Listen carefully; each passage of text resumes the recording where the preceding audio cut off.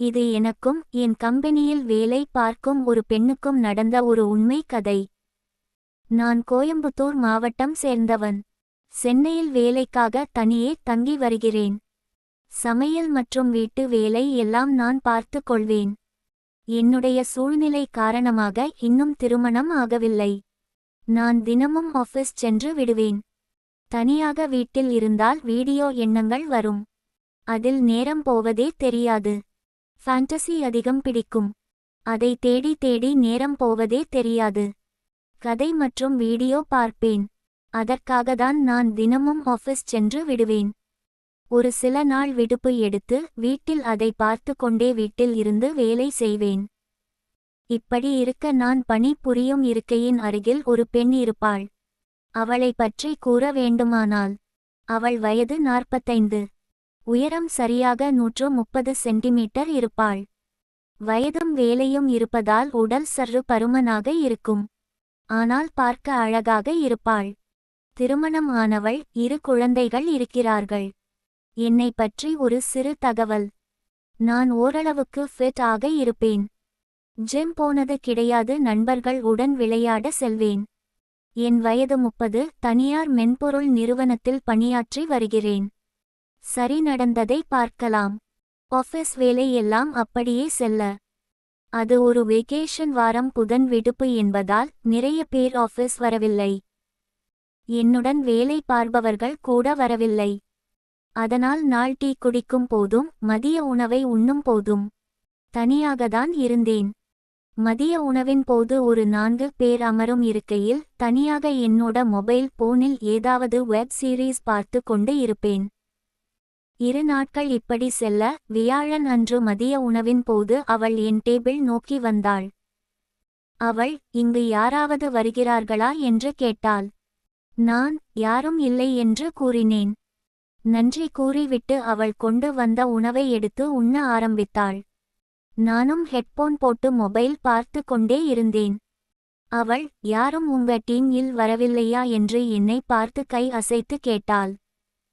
நான் என் mobile off செய்து அவளிடம் முதல் முறையாக பேச ஆரம்பித்தேன். நான், இல்லை, யாரும் வரவில்லை. அவள், நீங்க ஏன் ஆஃபீஸ் வந்தீங்க? நான், வீட்டில் தனியாக இருக்க ரொம்ப போர். எவ்வளோ நேரம்தான் டிவி பார்த்துட்டோ இருக்க. அண்ட் ஆஃபீஸ்ல ஏசி இருக்கே, வீட்டில் ஏசி இல்லை. அவள், ஏன் தனியா? எந்த ஊரு அப்போ நீங்க? எங்க தங்கி இருக்கீங்க என்று எல்லாம் கேட்க, நான் என்னுடைய ஊர், தங்கி இருக்கும் இடம் கூறினேன். அவளை பற்றியும் கெட்டு தெரிந்து கொண்டேன். பின்பு நாங்கள் வேலை முன் இருந்த ஆஃபீஸ் இதை பற்றி எல்லாம் பேசத் தொடங்கினோம். பல கதைகள். நேரம் செல்வதே தெரியாமல் போனது. இருவரும் சாப்பிட்டு முடித்தோம். வேலை பார்க்கும் இடத்தை நோக்கி சென்றோம். சரி, அப்புறம் பார்க்கலாம் என்று சிரித்தபடி கூறி சென்றோம். போகும் முன், நாளைக்கும் யாரும் உன்னுடன் உணவு உண்ண ஆள் இல்லையென்றால் என்னை கூப்பிட சொன்னாள். நான் யோசித்தேன். அவள், நான் தனியாதான் சாப்பிடணும் என்று என்னை பார்த்து சிரித்து கேட்டாள். நான், சரி என்று கூறி நாளைக்கும் நான் மட்டும் தான் இருப்பேன் என்று கூறி விட்டு சென்றேன். மறுநாள் நான் சாப்பிட போலாமா என்று அவள் அருகில் சென்று கேட்டேன். அவள் வந்துடியா என்று ஒரு சந்தேகத்துடன் கேட்டாள். நீ வரமாட்ட என்று நினைத்தேன் என்றாள். நான், ஓ சரி வாங்க போலாம், பசிக்குது என்றேன். இருவரும் சமைத்து கொண்டு வந்த உணவை பரிமாறிக்கொண்டு பேசத் தொடங்கினோம். அவள், நான் ஒன்று கேட்கலாமா? ஏன் இன்னும் திருமணம் செய்யவில்லை? நான் பார்த்து கொண்டு இருக்கிறார்கள் என்றேன். நான், சரி, என்னோட கதை விடுங்க, உங்க கதை சொல்லுங்க. உங்களுக்கு லவ் ஓ இல்ல அரேஞ்ச் மேரேஜோ கேட்டேன். அவள், அரேஞ்ச் தான். அப்போ உங்களுக்கு லவ் எல்லாம் இல்லையா? காலேஜ்ல படிச்சுட்டு மட்டும்தான் இருந்தீங்களா என்று கேட்டேன். அவள், அப்படி சொல்ல முடியாது, பசங்கள சைட் மட்டும் அடிச்சுட்டு சுத்திட்டு இருப்போம். என்னோட ஃப்ரெண்ட்ஸ் கூட அப்படி சந்தோஷமா இருந்தேன் என்றாள். நான், சூப்பர், நானும் அப்படி தான் இருந்தேன் காலேஜ்ல என்றேன். அவள், சரி, இங்க யார சைட் அடிக்குற என்று கேட்டாள். எதுக்கு நான் உங்க கிட்ட சொல்லி நீங்க அங்க போய் சொல்லவா வேண்டாமே என்றேன். அவள், நான் எல்லாம் யார்ட்டையும் சொல்ல மாட்டேன் சொல்லு. நான் சரி என்று மறு முனையில் சாப்பிட்டு கொண்டு இருந்த ஒரு பெண்ணை காண்பித்தேன். ஓ அவளா, அதுக்கு தான் இங்க வந்து சாப்பிடுறியா என்றாள். நான் சிரித்து கொண்டே ஆமா என்றேன். அவள் நடத்து போய் பேச வேண்டியதுதானே என்றாள். நான் அது எல்லாம் வேணாம். அழகா இருந்தா பாத்துட்டு இருக்கேன் போதும். யாரையும் டிஸ்டர்ப் பண்ண கூடாது. அவள் நல்லா பேசுறடா என்றால். இப்படியே நாட்கள் சென்றது. அவ்வப்போது உணவு உண்ண ஒன்றாக செல்வோம், பின் டீ குடிக்க. இருவரும் எங்கள் மொபைல் எண்ணை பகிர்ந்தோம். ஆஃபீஸ் வரவில்லை என்றால் கூறுகிறேன் என்றேன். சில மாதங்கள் இப்படியே சென்றது. வாட்ஸ்ஆப்பில் தினம் பேசத் தொடங்கினோம். சில நேரம் மட்டும் செய்யும் சமையல், என்ன டிவில பார்த்து கொண்டு இருக்கிறோம் என்று. அவ்வப்போது அவர்கள் வீட்டிற்கு சென்று வருவேன். அதுவரை எந்த ஒரு எண்ணமும் இல்லை. டிசம்பர் மாதம் வெக்கேஷன் நிறைய இருக்கும். வேலை சற்று குறைவாகவும் இருக்கும். ஆஃபீஸிலிருந்து சீக்கிரமாக போலாம் என்று பேசிக் கொண்டு இருந்தோம். நான் சினிமா பார்க்க போலாம்னு இருக்கிறேன். அவள் சூப்பர்டா யாரோட என்றாள். நான் யாரோட போக, தனியாதான் என்றேன். அவள் தனியாவா என்றாள். ஆமா, நான் நிறைய டைம் அப்படிதான் போய் இருக்கேன் என்றேன். அவள் நல்லா இருக்குமா தனியா பார்க்க என்றாள். பழகிடுச்சு, படம் ஸ்டார்ட் ஆயிடுச்சுனா அது தான் பார்த்துட்டு இருப்போம், அப்புறம் என்ன டைம் ஓட்டிடும் என்றேன். அவள் அதுவும் சரிதான். சரி, என்ன படம்?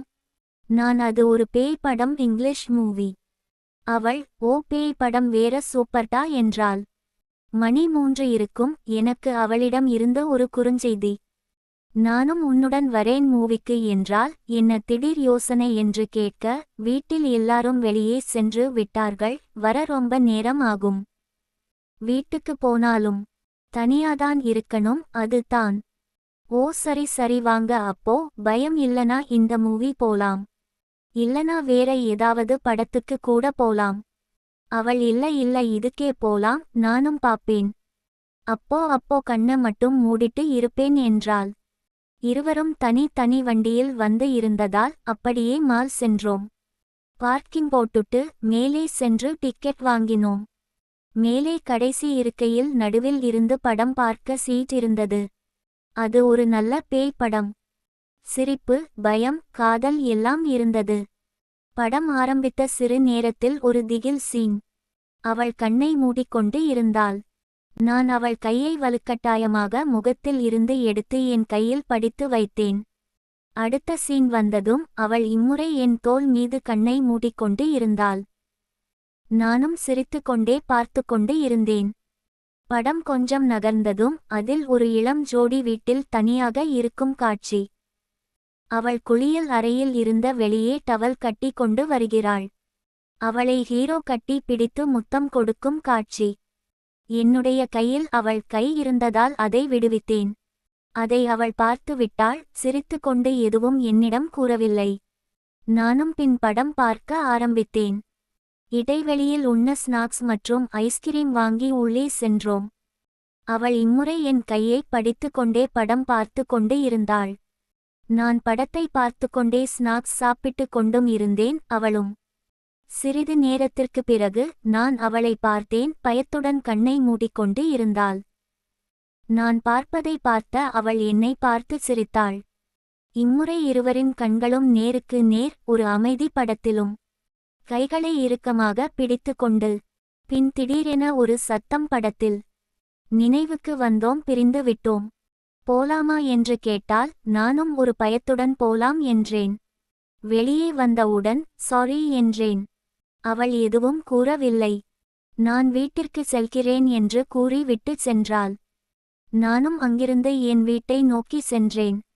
வீட்டிற்கு வருவதற்குள் அவளிடம் இருந்த ஒரு குறுஞ்செய்தி. அதில் அவள் ஒரு லொகேஷன் அனுப்பி வைத்தாள், இங்கு வா, உன்னுடன் பேசணும் என்று. நானும் என்னுடைய பேக் வீட்டில் வைத்துவிட்டு அங்கு சென்றேன். அது அவள் தங்கி இருக்கும் ஒரு அபார்ட்மெண்ட். அவள் கீழே வந்து என்னை அழைத்து சென்றாள். அது ஒரு அழகான வீடு, 4ஆம் ஃப்ளோர். உள்ளே சென்றதும் குடிக்க ஜூஸ் போட்டு எடுத்து வந்தாள். அவள் சாரிடா, நான் அப்படி. நானும் சாரி, ஏதோ அப்படி தோணிச்சு. அவள் பரவால. நானும் தானே முத்தம் கொடுத்தேன் சாரி என்றால். நான் ஒன்னு கேட்கட்டுமா, தப்பா எடுத்துக்க மாட்டீங்கனா?